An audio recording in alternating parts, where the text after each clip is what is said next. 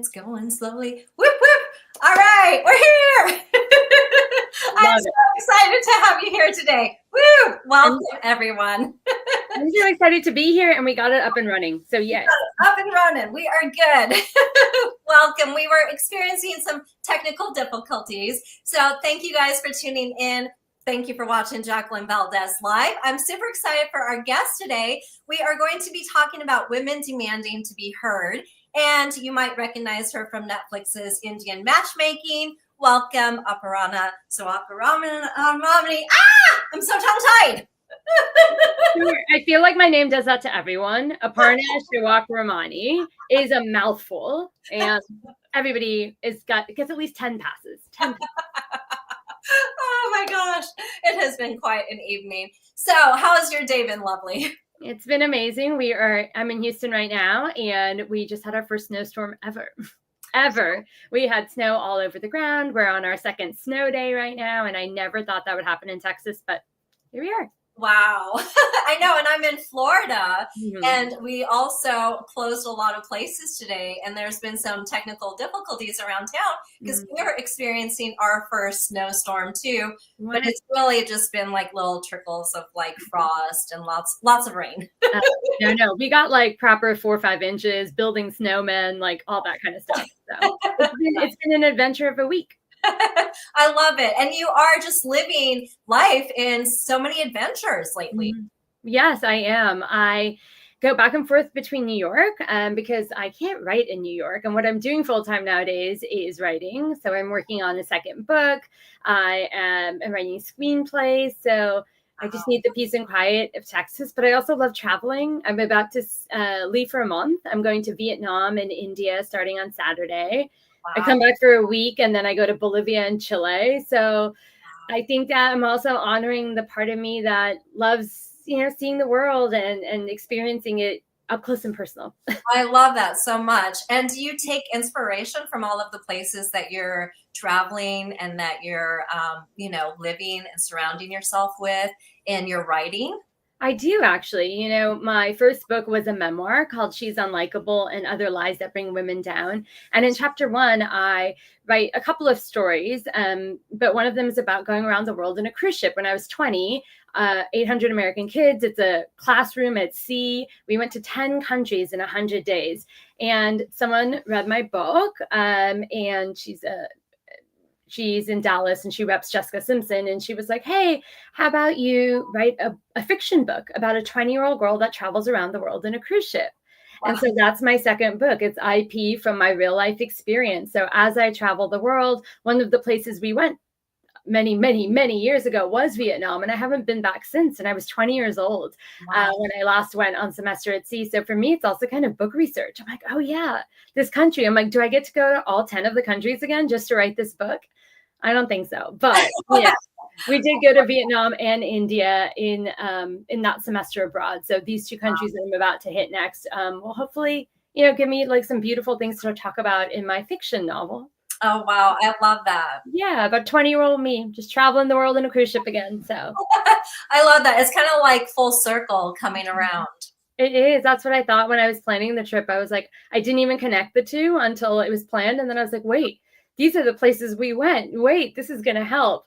So, that's the fun part about writing. It's storytelling. And I think that's the fun part about creating, even doing lives, even I speak a lot now. I think all of these ways to tell our stories are so important. And I think that's the biggest takeaway I've taken from, 2 seasons of a reality show on Netflix, that our stories matter. And our stories don't just matter when we're at the top of the mountain looking back, telling everyone like, hey, this is how we climbed the mountain. Like, look at us sitting here at the top. I think our stories matter, especially for women of color. I want us to tell our stories of climbing that mountain and saying that's valid and saying that's not only valid, it's worthy and it's incredible and it deserves its own praise and just the vulnerability to share it. I love that, being vulnerable and then sharing the journey, not just about the, getting to the end point, but sharing the struggles and the ups and downs. It's very important to me. So I hope in all the things I'm creating now that kind of vein, that same thread goes to all of it, whether it's a fiction book about a 20-year-old or my screenplays, or I'm creating a documentary right now. And I just feel like if I can take that and create a career out of it, I'm the luckiest woman alive. I love that so much. And I love how you're so authentic and how you've just stayed really grounded, even with all the challenges and even with the negativity coming across, that you're really just driven and have this purpose, and everything was kind of meant to happen to kind of just push you and create this domino effect of positivity and, you know, empowering other people. Yeah, I mean, they say, listen to the whispers of the universe. If you don't, it'll scream at you. Well, my scream was a global TV show where I was somewhat the villain. I don't know. It's hard to say that because I feel like what I was mostly was polarizing. People either loved me or they hated me. And so I don't know. I don't want to like ever say I was the villain because there's so many people, like maybe more than 50% that absolutely loved me. And that's trivializing the way that they felt about seeing me on screen and seeing my story on screen. So I like the word polarizing more. And it's funny. I think the world has come so far since 2020 when the show first came out, because when people look back on the show now, they're like, were you the villain? And I was like, yes, I was getting death threats and cyberbullied, and like people were driving by my house and it was scary. And they were like, yeah, but were you? And I'm like, this is good for the world. If we can look back on this and see a woman who's confident and ambitious and not ready to settle, as maybe nowadays we don't see her the same way, then that means that maybe we've all progressed. That's what I can hope. Yeah. And that's so true. It's, being made out to be the villain because you're outspoken, because you are confident, because you know what you want. How do you overcome that? And how do you not let it get to you? I think it'll always get to me. I think people want to hear that you're always so brave and all this stuff. And yeah, I am a lot of the time, but I've said this before, like I have to reckon with the fact that when I'm 50, I'm going to walk into a dinner party and someone's going to nudge the other person and say, remember her, that fill in the word expletive, or, that girl, or I want to stay away from her. And that will always happen. And I think I have to get used to that. I think a part of the process of telling your story is realizing that some people want to understand it and they're not in a place to receive it. And that's got to be okay. You've got to accept that. And I love that you said that. That's so true, because so many people get caught up in their own mind and almost self-sabotage, focusing on the negativity or really worrying about what people think. And the right people will come along your path when it's meant to be, and will be there to be open to your story and to listen and to get all the sides of it. And for me, the right people were millions of people. Like 30 or 40 million people watched the show in July of 2020. It was the middle of the pandemic. It was like this perfect storm where in July, we all realized this is not going to end. Like right now, it's not. And people were just like at home. And so would the show have been as popular? Probably not. It had to come out when it came out, and it had to have taken the world by storm like that. But what it did was, kind of open up the whole world to this idea that, an Asian woman or South Asian woman can also be this archetype. She's not always just, at the convenience store or always the nerd. She's also a villain. She's also a lawyer. She's also a girl that doesn't want to be with that guy or this guy or this guy or that guy. She wants the right guy. And so, I think it was also an interesting thing. There's never been a reality show before this. There was one on Bravo, I think, that came out around the same time, but that had a whole cast of South Asians. And what it did was really form these archetypes of people, which I don't love, by the way. I don't think there should be a princess and a teddy bear and a villain. Yeah. But they did that. It's a reality show. They did that. And when they did that, people were like, wait, South Asians can be all of those things? Right. And you're like, oh, yeah, we can be all of those things. Yeah, multidimensional. We don't have to just be on one straight path. Yeah, but that's the stereotype that we've been portrayed as in the media. And I think, Latina women are portrayed a certain way, and Jewish women are portrayed a certain way, and Muslim women. And if we're seeing a show that has all of them in it, has all of the personality types and the tropes in it, it's kind of interesting for the world. They're like, oh, I feel like it definitely opens up more paths for other people to create their own destiny, and to also embrace who they are and embrace the different sides of themselves and not feel like they have to be a certain specific type. Exactly. You're so right. Like they can just actually be three-dimensional and nuanced and complex, and they can change. I think a lot of people also are surprised that when they see us on TV, they're like, oh, wait, not only did you get older, like you know, but you also change. I'm like, yeah, but didn't you change from 5 years ago? Like, don't we all? You're just, they like trap you in that moment in time, and they're like, you will forever be that person. Yeah. And that's another thing that's super uncomfortable. You're like, where did you get that idea from? They're like, oh, I saw it on the show. And you're like, what if I, you know, it's something as small as like, I'm drinking, actually something as small as this. Someone was like, I was like, oh, I don't drink, you know, because I don't drink anymore. And they're like, but you were drinking vodka sodas. I'm like, in 2019 when I taped the show, yeah, I guess I was drinking vodka sodas. I never thought about that. And so it was interesting just to think about how people who are on television get kind of a snapshot, and people forever will think those things about them, from the big things, like, oh, you're this kind of personality, to the small things, like you drink vodka sodas. That's so interesting. And I know it's so true. I remember when I was growing up, my dad would say, every 5 years you change. You won't be the same person. You'll grow. You'll get smarter. There's things that you liked back then you won't like in the future. And I was like, no. I'll always be the same in high school. I'm going to be the same rebellious person. And it's true. You start to adapt and pivot and start to mature. And it's really crazy that people see people on social media, influencers, on TV shows, reality shows, and put them in that box of, this is who you're going to be, this is who I expect you to be, and not really realize that these are people. These are regular, everyday humans that go through same things that everyone goes through, and to show compassion and kindness. And in fact, for the people that are, you know, influencers and reality people, it's actually accelerated. Like what we go through is accelerated because there's so many more eyes on us. And I think growth becomes accelerated, panic becomes accelerated, all kinds of things become accelerated, good and bad. But I think people also don't realize the speed at which we have to like kind of get used to this world. Content creators, not as much, because I feel like they wanted that. Like they chose that and they grew it over time, and they grew such a beautiful, engaged community over a longer, expansive time, instead of me just waking up one day and being like, oh crap. You know, I'm not sure I chose this, you know, I'm not sure, because I was told this was a docu-series highlighting the best parts of my culture. And it was the season 1 of a show. And I was like, oh, that sounds nice, about South Asians. And then when I saw the show, I was like, what's this? Wait, totally different. Yeah, it was totally different. And so I definitely didn't sign up for this. I definitely didn't sign up for this life that came after it. But, you know, it's given to you, you do the best with it. And so my best is telling stories. I love that so much. And I love that you've taken this whole journey and just really let it open up pathways for you, and that you're really a huge inspiration to other people to stay authentic, to find your voice, to, you know, overcome struggles, and to demand what you deserve, and to have that confidence and not be intimidated by having that confidence. Yeah. And to pivot.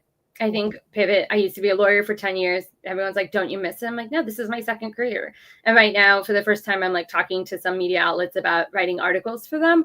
And I'm like, oh, journalist is going to be my third career. No, fourth career, fifth career. Like, you can pivot, you can change, you can grow, your passions can change, the way you make money can change. I mean, everyone feels so stuck. I felt so stuck. I did not love being a lawyer for 10 years. I actually probably despised 99.9% of that 10 years. Wow. And I just didn't know. So it's a lesson I learned now that I'm telling people, like, oh, look at what I learned, that you don't have to stay in these places, that your life means more, even if you don't have as much money in the bank account, to have peace of mind and to have happiness. Oh my gosh, I love that so much. Yeah, peace of mind and happiness, and finding your true passion and love for living every day in your authentic self. And like you said, it's not too late. You're not too old at any age to do whatever you've always dreamt of doing. You just have to do it. Right. And, you know, we title this, you know, women demanding to be heard, but it's not even a demand. I feel like we're just existing in it, and we're going to tell the story. And so I don't know, is it a demand, or is it just us existing in our true light, in our true selves, in our true alignment? And some people see that as a demand and they don't like it, which is, I think, why I was polarizing. But some people really appreciate it. And I think I want to be in the tribe and community that appreciates it. Oh my gosh, I love it so much. You're dropping so many gems. So what is a tip that you would give someone who is wanting to ask for that, but they feel like they are in that demanding phase, or they feel like they have to demand and they're intimidated to take that next step, take that next level, and feel like they're almost being silenced or just not really fully heard. Mm-hmm. I think also what they're feeling, because I was there for 10 years, was how do I know that what I'm going to do next is going to change, like hurt me? How do I know it's going to be the right decision? How do I know it's my right choice? Like, I'm better off being safe right here and not even putting my toe out into the water to see what's there. And that's a funny thing. And I think, again, it has a lot to do with women who are taught this. Hopefully young women today are not being taught it, but I have a bad feeling they are.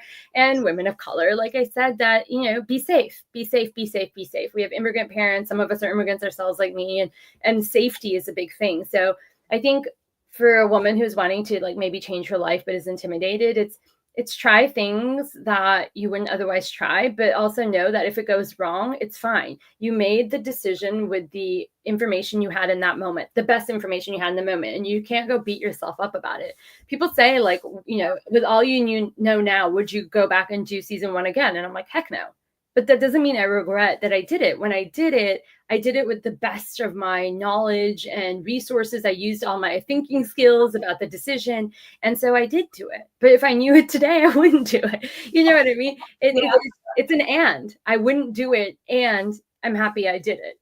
Yeah. Yeah. And I won't beat myself up over anything I did that didn't work out, because I really made that choice for me at that moment in the best way I can. And when we do that, we make things less scary, because it's not like, oh, now my whole career is going to shatter. It's like, no, I made this tiny decision and it didn't work out. Pivot.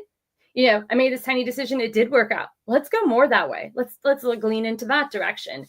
And so I wish that more women had that acceptance of themselves and of life not working out. And that doesn't mean it's not for you. It just looks different. I love that so much. Yes, it's so true, because I think so many people are so scared to take that next step and so scared of the unknown and really not forgiving themselves for stuff that they've done in the past. And I know I have been guilty of it, but I did have a friend tell me, a couple of years ago, and it always stuck in my mind, you didn't know any better then. And now you've grown and you have more wisdom, and now you know, and you did the best you could at that moment. You have to self-love and forgive yourself and just move forward and do the best you can moving forward. Yeah. And when the lesson comes along again, you look at it differently. Yeah. Like, people offered me spots on reality shows since, and I've looked at it differently. I have more knowledge and resources, and I'm like, this opportunity is not the right one for me. I gotta go. Like, thank you, but no thank you. And it's interesting, because I think that's also giving yourself grace, saying like, look at what you did. You learned something and you brought it to the table.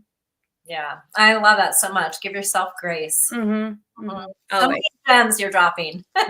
You're on fire tonight. I am inspired by the snow in Texas. I love it. Magic can happen anywhere, guys. Yes, for sure. So you have some fun upcoming things that you were mentioning earlier. So let us know a little bit more about that stuff too. Yeah, I started writing screenplays. Didn't know how, but someone said, hey, Hallmark's kind of looking for new voices. Do you want to consider writing a Hallmark movie? And I was like, I don't even know what a screenplay looks like. So I read 2 of them, and then I went on YouTube, how to write a movie. And then I went on Google, how to write a Hallmark movie. And then I wrote it. And people are like, what do you mean you wrote it? I'm like, I sat down and I wrote the movie, and I wrote all 90 pages of it, 1 minute per page, 90-minute movie. And I have a full-on movie. And so we're in chats right now. And I'm also thinking about taking it to other places, because I think there's a general market. If they don't want it, that's fine. They're not horrible. They're just not aligned with me and my project right now. And that's fine. But I'm excited that exists in the world. And people are like, but you wasted your time. I'm like, no, I didn't. I learned how to write a movie. Like, that's pretty cool. Yeah, I didn't waste my time at all. I learned a lot, and I could still learn a lot about it if I wanted to continue down this path. And so, yeah, it's been really interesting and fun to take also a part of my life and put it in that. Not my full life, but she's a South Asian protagonist, the main character, and she's strong, and she's, kind of has a hard time being vulnerable, and then opens up a little bit. And that's also me. There's us in all of the stories we tell, whether they're fiction or not. And so I think that's been really fun with this whole screenplay adventure I'm on. Oh, I love it so much. Yeah. And I love that you mentioned being vulnerable and strong, and you can be both. And actually being vulnerable is a very strong act, and, you know, a lot to be praised to be vulnerable. Yeah. Yeah. And I think that's a conversation that more and more people are having. And I love it. I want to hear it everywhere. I want to hear it in every room I'm in. Let's just all do it. Yes, I agree 100%. And I love that you just are like a vessel where you have all this creativity coming out of you and all of this inspiration that is around you, and just all these voices that are really guiding you into this beautiful adventure. But we all do. That's the thing. I think all I did was tap into it for the first time in my life. Like, it started at the age of 35. That means it was always there. I was always this person with these ideas and this desire to tell stories. I just didn't allow it. I just didn't. I was like, I'm going to be a corporate lawyer. I'm going to make all this money. I'm going to, bill my time and every 6 minutes to a client. There was no space. There was no space to be this person when I was being busy somewhere else. And so I think we could all be these creators, and we could all make these beautiful things if we gave ourselves space.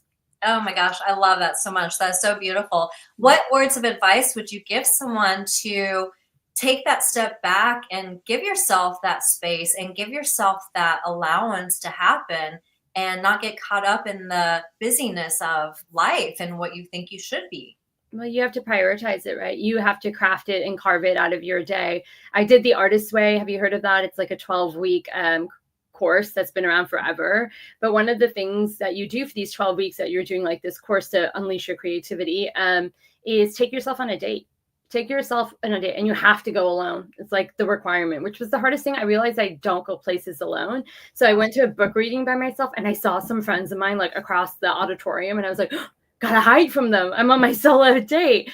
But I was really busy at the time, but I wanted to do that for myself. And I carved the night out for myself. And yes, it's hard. People have so many things they're doing. They're working multiple jobs, or they have kids, or like they're taking care of elderly parents. Like, we don't know what their life is. So again, do it to the best of your ability, but do it for you. Maybe it's 5 minutes where you go every morning and like sit outside for 5 minutes, and you look up at the sky and you're like, hey, it's a new day. I'm outside with natural fresh air. It could be as simple as that. Maybe you don't take a whole evening every week for yourself. Maybe that's crazy. Maybe one day that won't be so crazy. Oh, I love that so much. Yeah. And that's one thing too that I'm really tuning into this year, is finding those extra moments, finding, staying in my authentic self, and really inspiring others to really just find your inner voice and listen to it. That's beautiful. That is so beautiful. Do you have a word of the year? Do you ever pick a word of the year? Actually it is organization this year. I love that. Yes. I love that. So I have been working on all of my like social media platforms. I own a dance studio too, and I'm really just empowering others through movement and healthy living and inspiring conversations. And so just getting all of that organized and channeling it so that way, can just make a bigger impact. I love that. I love that. Mine is arrivals. One, because I'm traveling a lot more finally. I haven't been traveling as much as I like these past few years. And arrivals also because I want to see all these beautiful things arrive. I don't want to chase them. I want to see them arrive. So arrivals, airport terminal, and arrivals, you better show up for me, whatever it is. Wonderful opportunities and wonderful people, show up, arrive. I love that so much. Yes. And I love how we got connected too. Shout out David Meltzer and the team. I was like, oh my gosh, this is working out perfect. So many amazing people that I had been coming across, just with words of inspiration and positivity, and just really shining their light and inspiring others to shine bright also. Yeah, that is the beauty of it all. And that is storytelling. Yeah, I love it so much. So what other things that you would want to adventure in the future are you thinking? Well, journalism, I told you I'm starting to write, and I want to see where that takes me. I know nothing about journalism, which is kind of scary. Like, my friend's like, oh, just pitch an editor. I'm like, how do you pitch?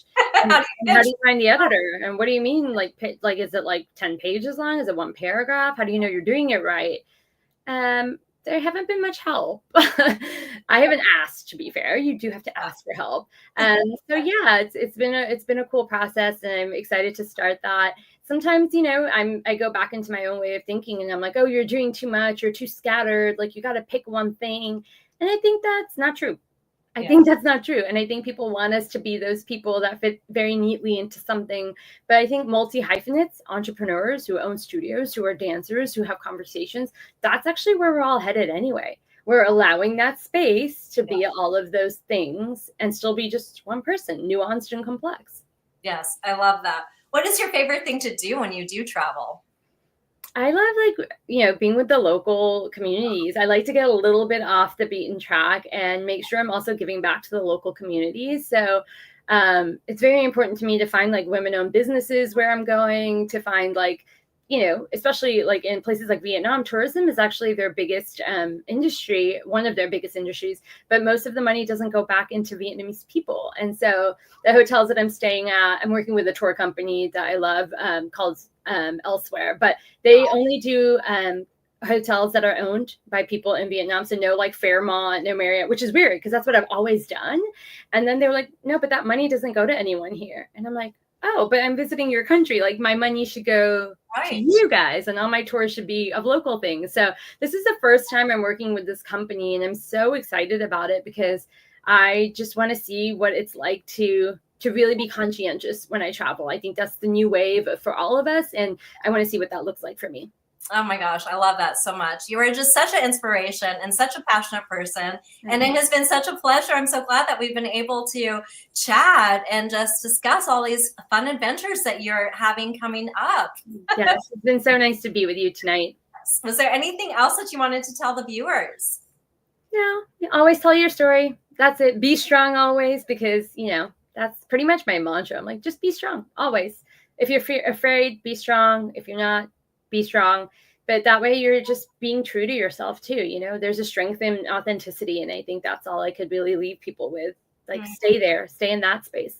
Yeah. I was going to say, what is it that you want to be remembered for? Yeah, that's it. Telling my story and being unapologetic about it. I think that I want to see people have less shame around the failures in their life and the things that don't look as pretty. And I have to work on that. That's my big thing that I'm also working on. I'm not there. I'm not at the top of the mountain. I'm sharing the journey with you. And like I said, some days I'm like, oh, like I'm doing this all wrong. Like, oh, I don't feel good about this. Oh, I'm not being vulnerable. Oh, I'm not sharing myself authentically with my community or even with my friends or even with my family. And so I think that we can always catch ourselves in this and we're never done. And I love that. Never be done. Oh, I love that so much. It has been such a pleasure and such a wonderful time. And I'm so glad we made it through everything with all our technical difficulties in the beginning. It's been magical. Magical. Yes, and we will definitely have to keep in touch. And I'm so excited to follow your journey and just see all the amazing things that you're up to. Well, I'll be in Vietnam this weekend, so catch me there. Definitely. Thank you, guys. Thank you so much for tuning in. Thank you for watching Jacqueline Valdez Live, illuminating the world one voice at a time. Thank you, guys. Thank you so much.